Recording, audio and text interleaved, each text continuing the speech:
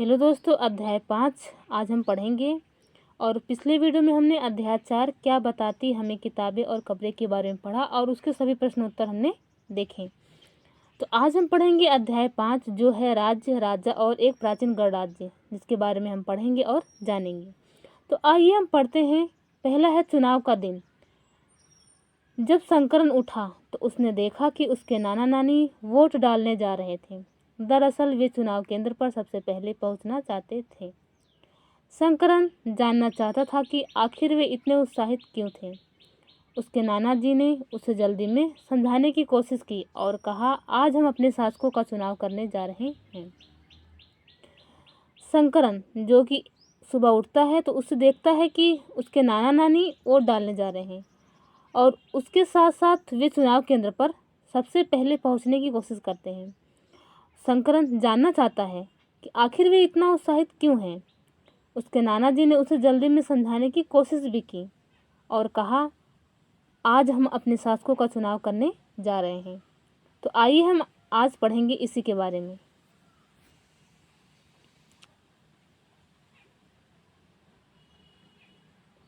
कुछ लोग शासक कैसे बने।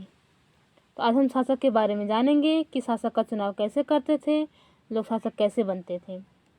तो आगे लगभग 50 वर्षों से हम अपने शासकों का चुनाव मतदान के जरिए करते आ रहे हैं, लेकिन बहुत पहले लोग शासक कैसे बनते थे। हमने अध्याय 4 में यह पढ़ा है कि कुछ राजा संभवतः जन यानी लोगों द्वारा चुने जाते थे, परंतु करीब 3000 साल पहले राजा बनने की इस प्रक्रिया में कुछ परिवर्तन दिखाई दिए। कुछ लोग बड़े बड़े यज्ञों को आयोजित कर राजा के रूप में प्रतिष्ठित हो गए।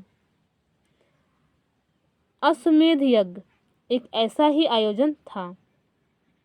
तो हम देखेंगे कि यज्ञों के जरिए कुछ लोग राजा कैसे बनते थे और वे प्रतिष्ठित कैसे हुए। तो अश्वमेध यज्ञ एक ऐसा आयोजन था, इसमें एक घोड़े को राजा के लोगों की देखरेख में स्वतंत्र विचरण के लिए छोड़ दिया जाता था। इस घोड़े को किसी दूसरे राजा ने रोका तो उसे वहां अश्वमेध यज्ञ करने वाले राजा से लड़ाई करनी पड़ती थी। अगर उन्होंने घोड़े को जाने दिया तो इसका मतलब यह होता था कि अश्वमेध यज्ञ करने वाले राजा उनसे ज़्यादा शक्तिशाली हैं। इसके बाद उन राजाओं को यह यज्ञ में आमंत्रित किया जाता था। यह यज्ञ विशिष्ट पुरोहितों द्वारा संपन्न किया जाता था। इसके लिए उन्हें उपहारों से सम्मानित किया जाता था। अश्वमेध यज्ञ करने वाले राजा बहुत शक्तिशाली माने जाते थे। यज्ञ में आमंत्रित सभी राजा उसके लिए उपहार लाते थे। इन सभी आयोजन में राजा का मुख्य स्थान होता था। उसे राज सिंहासन या बाघ की खाल के एक विशेष आसन पर बिठाया जाता था। युद्ध क्षेत्र में राजा का सारथी ही उसका सहचर होता था। यज्ञ के अवसर पर वह राजा की विजयों तथा अन्य गुणों का गान करता था। राजा के सगे संबंधी, खासकर उसकी रानियों तथा पुत्रों को भी कई छोटे छोटे अनुष्ठान करने होते थे। अन्य सारे आमंत्रित राजाओं का काम सिर्फ बैठकर यज्ञ की पूरी प्रक्रिया को देखना भर था। राजा के ऊपर पुरोहित पवित्र जल के छिड़काव के साथ साथ अन्य कई अनुष्ठान करता था। विष अथवा वैश्य जैसे सामान्य लोग उपहार लाते थे, जिन्हें पुरोहित शूद्र मानते थे। उन्हें कई अनुष्ठान में शामिल नहीं किया जाता था। आगे वर्ण। अब हम जानेंगे वर्ण के बारे में। इस समय उत्तर भारत में खासकर गंगा यमुना क्षेत्र में कई ग्रंथ रचे गए। ऋग्वेद के बाद रचे होने के कारण ये उत्तर वैदिक ग्रंथ कहे जाते थे, जिसमें कौन कौन से आते हैं उत्तर वैदिक ग्रंथ में? सामवेद, यजुर्वेद, अथर्ववेद तथा अन्य ग्रंथ शामिल हैं। पुरोहित द्वारा रचित ग्रंथों में विभिन्न प्रकार के अनुष्ठान और उनके संपादन की विधियां बताई गई हैं। इनमें सामाजिक नियमों के बारे में भी बताया गया है। उस समय समाज में कई समूह थे, जिसमें पुरोहित, योद्धा, कृषक, पशुपालक, व्यापारी, शिल्पकार, श्रमिक, मछली पकड़ने वाले तथा जंगल में रहने वाले लोग शामिल थे। जहाँ कुछ पुरोहित तथा योद्धा वैभवशाली थे, वहीं कुछ कृषक और व्यापारी भी धनवान थे। दूसरी ओर पशुपालक, शिल्पकार, श्रमिक, मछली पकड़ने वाले, शिकारी तथा भोजन संग्राहक निर्धन थे। पुरोहितों ने लोगों को 4 वर्णों में विभाजित किया। पुरोहितों ने लोगों को 4 वर्ण में विभाजित किया। अब वे वर्ण कौन कौन से हम आगे पढ़ेंगे। उनके अनुसार प्रत्येक वर्ण के अलग अलग कार्य निर्धारित थे। पहला वर्ण ब्राह्मण, दूसरा क्षत्रिय, तीसरा वैश्य, चौथा शूद्र। अब इनके अलग अलग कार्य होते थे। तो आइए हम इन सब के बारे में एक एक करके पढ़ेंगे। उनके अनुसार प्रत्येक वर्ण के अलग अलग कार्य निर्धारित थे। पहला वर्ण ब्राह्मण का था। उनका काम वेदों का अध्ययन, अध्यापन और यज्ञ करना था, जिनके लिए उन्हें उपहार मिलता था। दूसरा स्थान शासकों का था, जिन्हें क्षत्रिय कहा जाता था। उनका काम युद्ध करना और लोगों की रक्षा करना था। तीसरा स्थान विष या वैश्य था। इसमें कृषक, पशुपालक और व्यापारी आते थे। क्षत्रिय और वैश्य दोनों को ही यज्ञ करने का अधिकार था। वर्णों में अंतिम स्थान शूद्र का था। इनका काम अन्य तीनों वर्णों की सेवा करना था। इन्हें कोई अनुष्ठान करने का अधिकार नहीं था। प्रायः औरतों को भी शूद्र के समान माना गया। महिलाओं तथा शूद्रों को वेदों में अध्ययन करने का अधिकार नहीं था।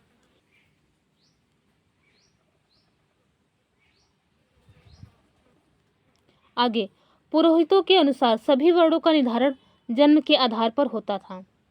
उदाहरण के तौर पर ब्राह्मण, माता पिता की संतान ब्राह्मण ही होती थी। बाद में कुछ लोग को अछूत माना गया। अछूत वर्गों में कुछ शिल्पकार, शिकारी तथा भोजन संग्राहक शामिल थे। साथ ही इनमें वे लोग भी आते थे जो शवों को दफनाने या जलाने का काम करते थे। इन लोगों के संपर्क अपवित्र माना जाता था। कई लोगों ने ब्राह्मणों द्वारा बनाई हुई इस वर्ण व्यवस्था को स्वीकार नहीं किया। कुछ राजा स्वयं को पुरोहित से श्रेष्ठ मानते थे, तो कुछ लोग जन्म के आधार पर वर्ण निर्धारण सही नहीं मानते थे। इसके अतिरिक्त कुछ लोग व्यवसाय के आधार पर लोगों के बीच भेदभाव उचित नहीं समझते थे, जबकि कुछ लोग चाहते थे कि अनुष्ठान संपन्न करने का अधिकार सबका हो। कई लोगों ने छुआछूत की आलोचना की। इस उपमहाद्वीप के पूर्वोत्तर क्षेत्र जैसे कई इलाकों में सामाजिक आर्थिक असमानता बहुत कम थी। यहाँ पुरोहितों का प्रभाव बहुत ही सीमित था। आगे आपको पात्र दिया गया है चित्र में, जो कि लिखा है चित्र धूसर पात्र। इस तरह के पात्रों में ज़्यादातर थालियाँ और कटोरियाँ ही मिली हैं। ये पात्र बहुत ही पतली सतह के, सुंदर और चिकने हैं। शायद इनका प्रयोग खास मौक़ों पर महत्वपूर्ण लोगों को भोजन परोसने के लिए किया जाता था।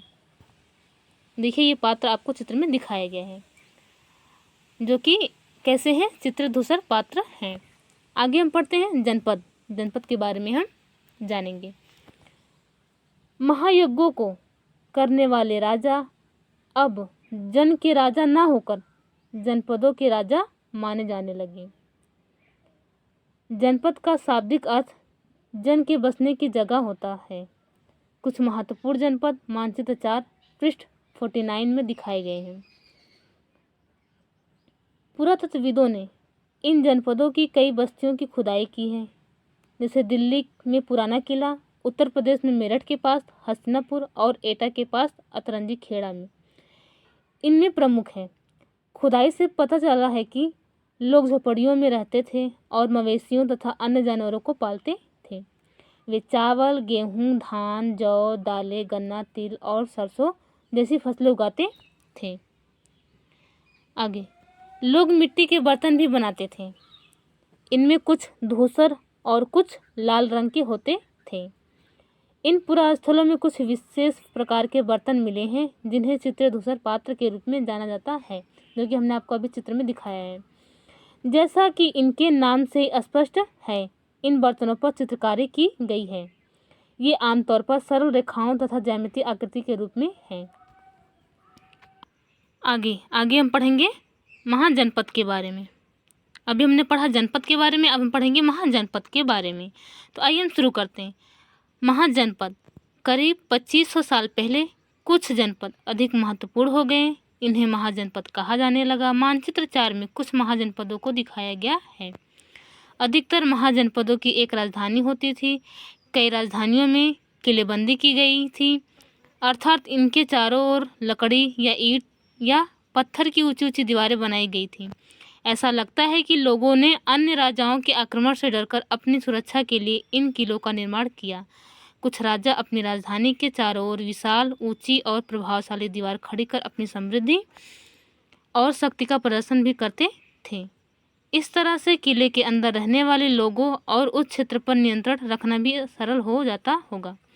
इस तरह की विशाल दीवार बनाने के लिए व्यापक योजना की आवश्यकता थी और लाखों की संख्या में ईंटों तथा पत्थरों का इंतजाम करना पड़ता था। हजारों स्त्री पुरुषों तथा बच्चों ने इसके लिए अथक परिश्रम किया होगा। इसके लिए संसाधनों की आवश्यकता पड़ती होगी। अब राजा सेना रखने लगे थे। सिपाहियों को नियमित वेतन देकर पूरे साल रखा जाता था। कुछ भुगतान संभवतः आहत सिक्के के रूप में होता था। इन सिक्कों के बारे में तुम अध्याय 8 में पढ़ोगे। तो आइए हम मानचित्र में जो दिया गया है उसके बारे में आपको जानकारी देते हैं। मानचित्र 4 में महत्वपूर्ण जनपद, महाजनपद और नगर जो कि हैं गांधार, उज्जैन, राजगिरी, कौशाम्बी, वैशाली, वज्जी, अंग, मगध, अवंती और इसके अलावा हस्तिनापुर, पांचाल, कौशल, ये सब जनपद और महाजनपद के नाम दिए गए हैं। इसके अलावा कुछ नदियां हैं जैसे सिंधु नदी की सहायक नदियां हैं, सतलुज, रावी, चेनाब, ब्यास, झेलम, ये सब सिंधु की सहायक नदियां हैं। इधर है गंगा नदी जो कि बंगाल की खाड़ी में गिरती हुई दिखाई गई हैं। आगे महानदी, गोदावरी, कृष्णा, तुंगभद्रा, पेन्नार, ये सब दक्षिण भारत की नदियां हैं। यहाँ बंगाल की खाड़ी है, यहाँ पे अरब सागर है और इसके अलावा यहाँ आपको अंडमान निकोबार दिखाई दे रहा होगा। आगे यहाँ पे आपको कौशाम्बी किले की दीवार दिखाई दे रही होंगी। देखिए यहाँ पे ये कौशाम्बी किले की दीवार है। जो यह चित्र आधुनिक उत्तर प्रदेश के इलाहाबाद के पास मिली ईंट की दीवार के अवशेष हैं। इसके एक भाग का निर्माण संभवतः 2500 साल पहले हुआ था। आगे कर, अब हम पढ़ेंगे कर के बारे में, जिसे हम क्या कहते हैं इंग्लिश में टैक्स। महाजनपदों के राजा विशाल किले बनवाते थे और बड़ी सेना रखते थे। इसके लिए उन्हें प्रचुर संसाधनों की आवश्यकता होती थी। इसके लिए उन्हें कर्मचारियों की भी आवश्यकता होती थी। अतः महाजनपदों के राजा लोगों द्वारा समय समय पर लाए गए उपहारों पर निर्भर न रहकर अब नियमित रूप से कर वसूलने लगे। पहले क्या करते थे? पहले उपहारों पर राजा लोग निर्भर थे, अब वे नियमित रूप से कर वसूलने लगे। आगे अब ये कर कौन कौन से थे हम जानेंगे। फसलों पर लगाए गए कर सबसे महत्वपूर्ण थे क्योंकि अधिकांश लोग कृषक ही थे। उपज का 1/6वां हिस्सा कर के रूप में निर्धारित किया जाता था, जिन्हें भाग कहा जाता था। कारीगरों के ऊपर भी कर लगाए गए जो प्रायः श्रम के रूप में चुकाए जाते थे। जैसे कि एक बुनकर, लोहार या सुनार को राजा के लिए महीने में 1 दिन काम करना पड़ता था। पशुपालकों को जानवरों या उसके उत्पाद के रूप में कर देना पड़ता था। व्यापारियों को सामान खरीदने बेचने पर भी कर देना पड़ता था। आखेटकों तथा संग्राहकों को जंगल से प्राप्त वस्तुएं देनी पड़ती थी। आगे कृषि में परिवर्तन। अब कृषि में क्या क्या परिवर्तन हुए हम जानेंगे। इस युग में कृषि के क्षेत्र में 2 बड़े परिवर्तन आए। हल के फाल अब लोहे के बनने लगे। अब कठोर जमीन को लकड़ी के फाल की तुलना में लोहे के फाल से आसानी से जोता जा सकता था। इससे फसलों की उपज बढ़ गई।